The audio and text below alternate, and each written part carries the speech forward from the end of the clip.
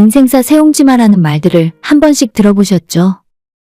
저는 나이 50이 넘은 지금에서야 그 말이 어떤 말인지 실감하고 있습니다. 우리 친정아빠와 시아버지께서는 어린 시절 바로 옆집에 살면서 형 동생하며 지낸 사이라고 하셨어요. 두 분이 결혼해서 아들과 딸을 낳게 되었을 때 나중에 아이들이 크면 서로 결혼시키자는 말을 농담 반 진담 반으로 하셨다고 들었습니다. 서로 다른 직장을 다니다가 어느 날 동업을 시작하게 되셨고 기계 한 대 가져다 놓고 시작했던 작은 공장은 계속 커져서 자동차 부품을 만드는 중소기업이 되었어요. 양쪽 아버지들은 공동사장이 되어 힘든 일 좋은 일 다 겪으며 그야말로 생사고락을 함께한 사이가 되셨죠. 어쩌면 피를 나눈 형제보다도 더 가까운 사이가 되었고 양가 어머님들이나 자식들까지도 자주 왕래하는 가까운 사이로 지냈습니다.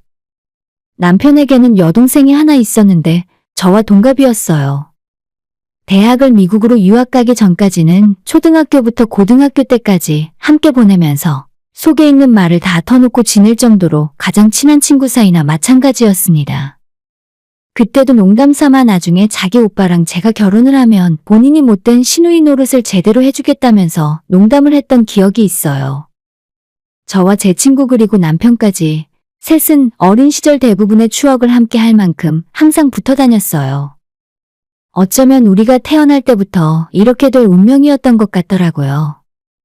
그저 친한 오빠 동생 사이로 지내던 남편이 남자로 보이기 시작했던 건 제가 대학교 여름방학 시절에 잠깐 친구와 남편이 지내고 있는 미국으로 놀러 갔던 적이 있었어요.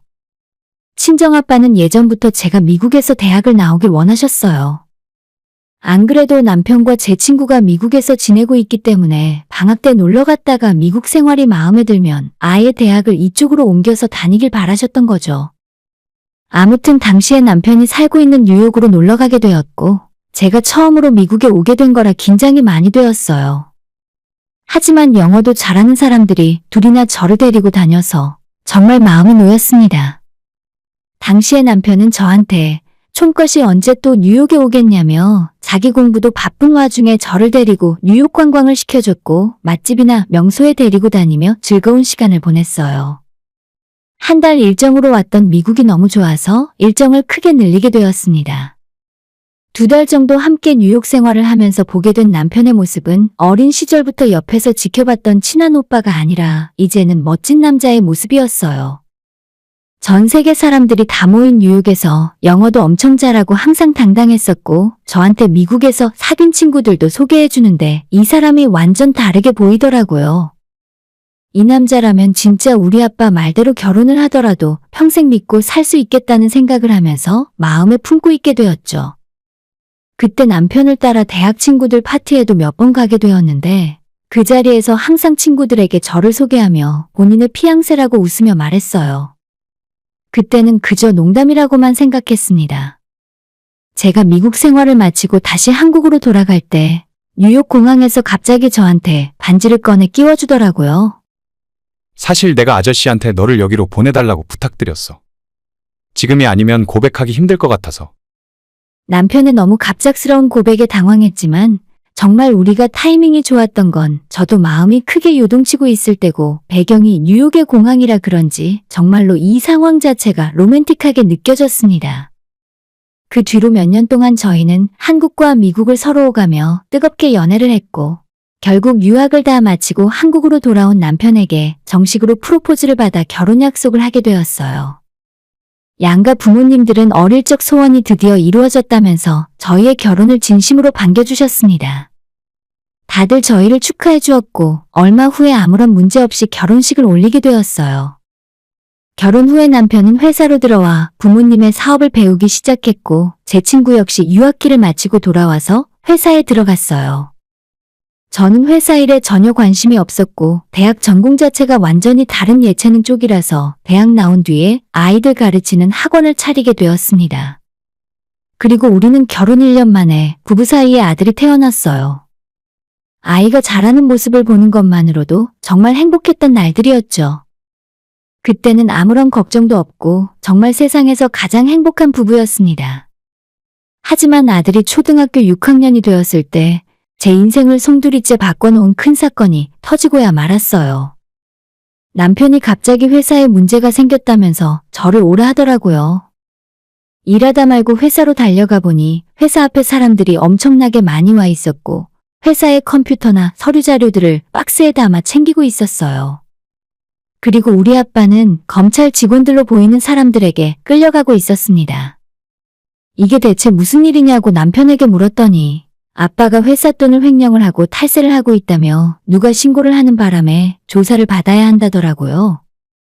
검찰 쪽에서 가지고 있던 회사 내부 자료들은 우리 아빠가 회사에서 돈을 꾸준하게 횡령해온 증거가 되었고 수사 과정에서 아빠가 횡령한 돈이 들어있는 여러 개의 차명 계좌까지 발견이 되며 아빠는 집으로 돌아오지 못했습니다. 저는 이런 모든 상황들을 믿을 수가 없었어요. 우리 아빠라서 그런 말이 아니라 정말 아빠가 그럴 이유가 하나도 없었거든요. 자식은 저 하나뿐이고 애초에 부모님은 조만간 은퇴하고 시골에 내려가서 사실 예정이라 돈을 크게 욕심낼 상황 자체가 아니었거든요. 제 남편이자 사위에게 경영권을 다 넘기고 은퇴하실 예정이었어요. 하지만 저희 시아버지는 큰 충격을 받았고 아빠는 자기가 아니라고 변명했지만 이미 증거가 너무 많은 상황에서 믿음을 잃지 않기는 쉽지 않았어요. 너희 아버지가 우리한테 이럴 줄은 몰랐다. 지난 세월도 있고 내가 얼마나 너희 아버지를 믿었는데. 솔직히 선처해줄 생각도 없고 도와주고 싶은 마음이 없어. 시아버지께서는 아빠에게 너무 큰 배신감을 느끼셨다면서 어떠한 선처를 베풀 생각이 없다고 말씀을 하셨죠. 당시 제 입장에서는 너무 냉정하다고 생각했었는데 어찌 보면 그쪽 입장에서는 당연한 행동이라고 봐요. 모든 증거가 아빠의 범행을 지목하는 와중에 심지어 가족인 엄마나 저조차도 아빠를 믿는 것이 맞는 일인지 헷갈리더군요.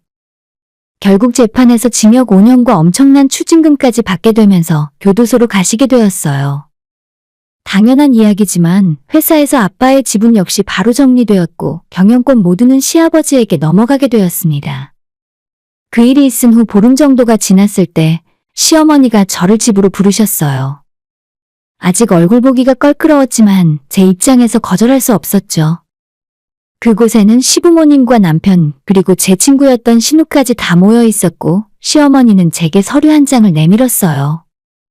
너도 돌아가는 상황 다 이해했지? 너희 아버지 때문에 지금 우리 회사가 얼마나 힘든지 직원들도 다들 난리야. 우리가 직원들한테 미안해서라도 배신자 가족이랑 사돈 맺고 사는 건 힘들 것 같아. 서류는 다 준비해놨으니까 당장 도장 찍고 이혼해라. 시어머니는 더 이상 우리 식구들과 사돈으로 지낼 수 없다면서 남편과의 이혼 서류를 제 앞에 내밀었고 남편 역시도 아무 말 없이 지켜보기만 할 뿐 그 집안 식구들은 이 상황을 받아들이고 있는 것 같았어요. 너는 양심도 없니? 너희 아빠가 한 짓을 보고도 아직 집에 붙어 있었어? 아저씨가 회사돈 빼돌려서 너희 식구들끼리 잘 먹고 잘 살려고 했던 거 아니야? 저랑 30년 넘게 친구로 지낸 신우마저 저보고 빨리 도장 찍고 나가라 하더라고요. 믿었던 남편과 단짝 친구까지 저와 인연을 끊겠다는 말에 더는 버티지 못하고 이혼 서류에 도장을 찍을 수밖에 없었고 이혼 과정에서 아들의 양육권마저 뺏기고 마치 죄인이라도 된 것처럼 고개 숙이고 쫓겨날 수밖에 없었죠. 이혼 후에 몇 번이고 아들 얼굴을 보여달라고 시댁에 찾아갔지만 분명히 제게도 만날 권리가 있음에도 불구하고 시어머니는 주위 눈초리가 있으니 아들이 어느 정도 크기 전까지는 찾아올 생각도 하지 말라고 하셨습니다. 범죄자 집안은 아예 자기 식구들 일에 관여하지 말라고 하셨죠. 평생 반성하며 쥐 죽은 듯 살라는 말은 덤이었어요. 다른 건 이해하고 받아들일 수 있었지만 내 배 아파 낳은 아이의 얼굴도 볼 수 없다는 사실에 저는 절망할 수밖에 없었고 제 인생을 나락으로 떨어지게 만든 아빠에 대한 원망이 날로 커져갔습니다. 그러는 사이 아빠의 외로운 싸움은 계속되었어요.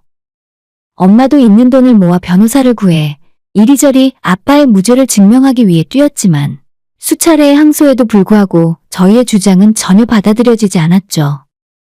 너무 억울했던 아빠는 감옥에서 거의 정신줄을 놓아버리셨고 건강 문제로 약간의 감형을 받아 만기 출소한 아빠는 너무나 달라진 집안 상황에 대한 죄책감으로 얼마 후 스스로 목숨을 끊으셨어요. 갑작스러운 비보에 안 그래도 사건 이후로 몸이 좋지 않으셨던 엄마마저 감당할 수 없는 충격에 쓰러져 버리고 말았습니다. 엄마는 쓰러지셨고 저 혼자 아빠의 장례식을 치르는 동안 시댁 식구 어느 한 명도 장례식장의 모습을 보이지 않았습니다. 아무리 아빠가 잘못을 했다곤 하지만 평생을 중마고우로 지내온 친구의 가는 길조차 보러 오지 않는 시댁 식구들이 야속하기만 했습니다. 아빠의 물건 중에 작은 수첩이 하나 있었는데 그 안에는 저와 엄마에게 미안하다 사과를 하는 이야기와 자기는 정말 억울하다는 말이 잔뜩 써 있었어요. 그걸 보니 아빠를 끝까지 믿지 못하고 잠시나마 원망을 했었던 제가 한심스러울 뿐입니다. 하지만 아무리 억울해도 할 만큼 다 해본 이 상황에서 제가 아빠의 억울함을 풀어줄 방법은 없었어요. 더 이상 이곳에 남아있을 명분도 없어져서 저는 아픈 엄마를 모시고 모든 걸 정리한 뒤에 시골로 내려가서 새로운 삶을 살기 시작했습니다. 주변 지인을 통해 종종 아들의 소식과 사진을 받아볼 수 있었지만 시댁 때문에 아들 얼굴을 보러 갈 수조차 없었고 이렇게 망가진 모습으로 아들 앞에 나서고 싶은 생각도 들지 않았어요. 매년 아들 생일날에 남편을 통해 생일 선물과 편지를 전달하는 것 정도가 제가 아들에게 해줄 수 있는 전부였습니다. 남편은 가끔 저를 만나면 많이 안타까워하는 눈치였지만 딱 그 정도였고 더 이상 저한테 여지를 주지는 않았어요. 시간은 몇 년이 훌쩍 흘러 시아버지까지 병환으로 돌아가셨고 남편이 회사의 대표가 되었습니다. 회사가 저희 아빠가 있을 때보다 훨씬 커졌고 본사 건물도 크게 올리는 등 발전하는 모습이 보였어요. 그러던 어느 날 남편도 교통사고로 사망했다는 소식을 듣게 되었습니다. 아무리 악연으로 끝났고 시간이 많이 지났다지만 내 아이의 아빠이고 한때나마 사랑했던 사람이 먼저 떠났다는 소식에 마음이 너무 무겁고 힘들었어요. 장례식에 제가 찾아가려 했지만 시어머니가 오지도 말라 하시더라고요. 제가 남편 장례식에 찾아가 깽판 놓을 생각도 없었는데 뭐가 겁이 났는지 마지막 인사조차 하러 오지 못하게 막으셨습니다. 오지 말라는 걸 굳이 갈 이유도 없고 저는 그냥 평소대로 지내고 있었어요. 작은 시골에서 정말 작은 학원을 운영하며 아이들을 가르치고 있는데 어떤 사람이 학원 문을 열고 들어오더니 저를 엄마라고 부르는 겁니다. 사실 사진으로 보기도 했었고 한눈에 제 아들이라는 걸 알아볼 수 있었어요. 서슬퍼런 시어머니 때문에 아들 초등학교 6학년 이후로는 한 번도 볼 수 없었지만 10년이 훌쩍 넘어 이제는 다 커버린 아들을 보니 흐르는 눈물을 주체할 수가 없었습니다. 아들은 지금까지 할머니 때문에 저를 만나러 올 수가 없었고 만약 몰래 찾아가거나 저를 만나다가 들키면 자기 할머니가 저한테 고소를 하고 못살게 괴롭힐 거라고 하는 말에 찾아올 수가 없었다네요. 그리고 한때는 제가 이미 아들을 잊어버리고 새로 결혼해서 산다는 거짓말까지 시어머니가 하셨고 그래서 아들이 사춘기 때는 아무것도 모른 채 저를 원망하며 지냈다고 말했습니다.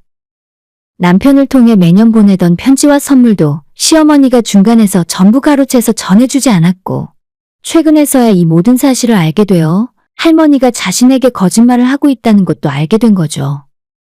더 일찍 찾아오지 못해 미안하다며 아들이 제 앞에서 눈물을 흘리는데 이런 모습으로 맞이할 수밖에 없는 제가 더 미안했어요. 아들을 가까이서 볼 수 있다는 사실만으로 감사한 일이었고 지난 시간 동안 못다한 이야기를 오랫동안 나눴습니다. 평범하지 못한 집안 환경에서도 아들은 너무나도 성실하고 바르게 자랐더라고요. 정말 내가 낳은 자식이 맞나 싶을 정도였습니다. 아들은 한 가지 이야기를 제게 해줬는데 남편이 세상을 떠나고 난 뒤에 회사 변호사로부터 편지 한 통을 전해받았다고 합니다. 그 안의 내용을 보자마자 바로 저한테 달려온 것이라고 해요. 그리고 그 편지를 제게도 보여줬는데 남편이 남긴 편지에는 정말 충격적인 사실이 들어있었어요. 남편이 몇 년 전에 모든 진실을 알게 되었고 그걸 알고 저와 아들에게 언젠가 모든 걸 고백하려고 했던 것 같아요. 애초에 회사에 공금을 횡령한 건 제 친구인 신우이였고 그걸 처음으로 알게 된 건 시아버지였죠. 시아버지가 회사에 대한 욕심이 날로 커져가던 와중에 신우이의 횡령 사실을 알게 되고 그걸 전부 서류를 꾸며 친정아빠에게 뒤집어 씌운 것이었어요. 남편은 이 모든 걸 전혀 모르고 있었고 불과 몇 년 전에 모든 사실을 알게 되었지만 이미 그 사이에 너무 많은 일이 일어나 버려서 돌이킬 수조차 없게 된 거죠. 사과를 해봤자 우리 아빠가 살아서 돌아오는 것도 아니고 이혼한 우리의 시간이 다시 돌아오는 것도 아니잖아요. 남편은 편지에서 저와 아들에게 몇 번이고 거듭 사과를 했어요. 시어머니 역시 이 모든 사실을 다 알고 있었는데 알면서도 저와 아들을 억지로 떼놓고 절대 만나지도 못하게 하셨던 거죠. 심지어 시아버지 돌아가신 이후에 남편이 사실을 알게 되었을 때 아들과 제게 사실을 알리는 것을 막은 건 역시도 시어머니였습니다. 이제 와서 말하는 게 무슨 의미가 있냐면서 괜히 식구들끼리 혼란만 생기니까 평생 마음속에 묻고 살자고요. 그래서 남편은 저한테 모든 걸 고백하는 대신에 편지로 적어 변호사에게 맡겨놓았던 것 같아요.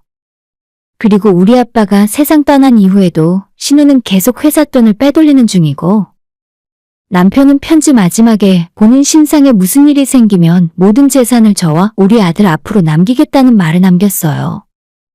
일 처리는 변호사가 다 알아서 처리할 테니 걱정 말라며 끝까지 자기가 미안하고 잘못했다고 사과를 하는 남편이었습니다. 그 편지를 읽자마자 돌아가시기 전까지 본인은 절대 회사 돈에 손댄 적 없다며 억울해하시던 아빠의 모습이 떠오르면서 왜 이 사실을 조금 더 일찍 이야기해주지 않았을까 하는 원망도 들더라고요. 본인 식구들의 잘못을 저희 아빠에게 뒤집어 씌우고 나서도 끝까지 뻔뻔하게 아빠를 배신자 범죄자라 몰아붙이며 장례식장에 얼굴 한번 비추지 않는 그 가족들을 저는 가만히 둘 수 없었습니다. 아들과 둘이 남편이 이야기한 대로 변호사를 찾아갔어요. 변호사와 함께 셋이서 시어머니가 사는 집으로 향했습니다. 아니, 너가 여긴 무슨 일이냐? 부르지도 않았는데 너가 여길 왜 와? 이른이 다 된 나이의 시어머니는 머리가 희끗해져 있었고 마침 그 집에는 시누이도 함께 있었습니다. 제가 오랜만이라고 빈말로 인사를 하자 시누이에게서 가시돋친 말이 날아왔습니다. 너 여기가 어디라고 찾아와? 지금 우리 오빠 하늘나라 갔다고 너한테 콩고물 떨어지는 거 없나 주워 먹으러 온 거니? 그러자 저보다 제 옆에 있는 아들이 먼저 입을 열었습니다. 고모, 말 조심하세요. 그리고 할머니, 제가 진짜 바보인 줄 아셨어요? 저한테 보내는 엄마 편지도 다 중간에서 가로채셨으면서 아직도 제가 할머니한테 속고 사는 어린애로 보이세요? 그러자 신우와 시어머니는 제가 아들을 꼬셔서 세뇌를 시켰다며 어쩜 그렇게 너희 식구들은 하나같이 뻔뻔하고 돈밖에 모르냐며 비난을 하더라고요. 너희 아빠가 왜 회사 돈을 횡령하고 끝까지 잘못을 인정 안 하는지 알겠다면서 저보고 돈 욕심 좀 그만 부리랍니다. 여전히 저와 우리 아빠를 모욕하는 그 집안 식구들을 그냥 놔둘 수가 없었죠. 너도 참 여전하구나. 이제 나이도 먹을 만큼 먹었는데 내가 여기까지 찾아온 이유를 아직도 모르겠어? 나머지는 더 이상 제가 이야기할 필요도 없었어요. 남편이 생전에 변호사에게 모든 증거를 다 맡겨두고 있었고 그 이후로는 변호사를 통해 일사천리로 진행이 되었습니다. 횡령 증거를 눈앞에 들이대자 신우는 오히려 더 발악을 했습니다. 뭐? 이제 와서 이걸 가지고 뭘 어쩌려고? 이미 공소시효도 다 지났을걸? 너가 뭘 할 수 있는데? 우리 변호사는 신우에게 얼마 전까지 지속적인 횡령이 있다는 사실 역시도 증거가 있다면서 이제 다 끝이라고 이야기했습니다. 시어머니가 살던 집과 남편의 모든 재산을 저와 아들이 갖게 되었고 남편이 갖고 있던 회사 지분 역시 아들이 갖게 되었으니 당장 집에서 나가고 회사에서도 나가라고 소리를 질렀어요. 한참을 꿀먹은 벙어리처럼 멀뚱멀뚱 서류만 쳐다보고 있던 시어머니와 신우는 잠시 후에 상황 파악이 되었는지 고발만 하지 말아달라 애원하더군요. 그간의 정을 봐서라도 자기가 그냥 조용히 회사에서 나갈 테니까 지금까지 있었던 일은 눈 감아달라는 소리를 하는 겁니다. 우리 집안은 풍비박산을 만들어 놓고 본인은 감옥 가기 싫어서 이렇게 봐달라고 하는 게 말이나 되는 소린가 싶었어요. 저와 아들이 그 두 사람에게 집에서 당장 나가달라고 했지만 시어머니는 자기들이 이제 와서 어딜 가냐며 끝까지 버티고 눌러 앉아 있더라고요. 그냥 같이 살던지 하자길래 저와 아들은 그냥 그 집을 부동산의 시세보다 5천만 원 싸게 내놓았더니 집이 금방 팔려버렸어요. 그것도 모르고 모녀들이 버티고 있다가 새 집주인이 나타나자 얼마 후에 쫓겨났죠. 아들은 변호사와 함께 횡령조사에 들어갔고 검찰에 모든 증거자료를 제출하면서 신우는 구속이 되었습니다. 회사에 있는 시간 동안 조금씩 여러 곳에 돈을 손댔더라고요.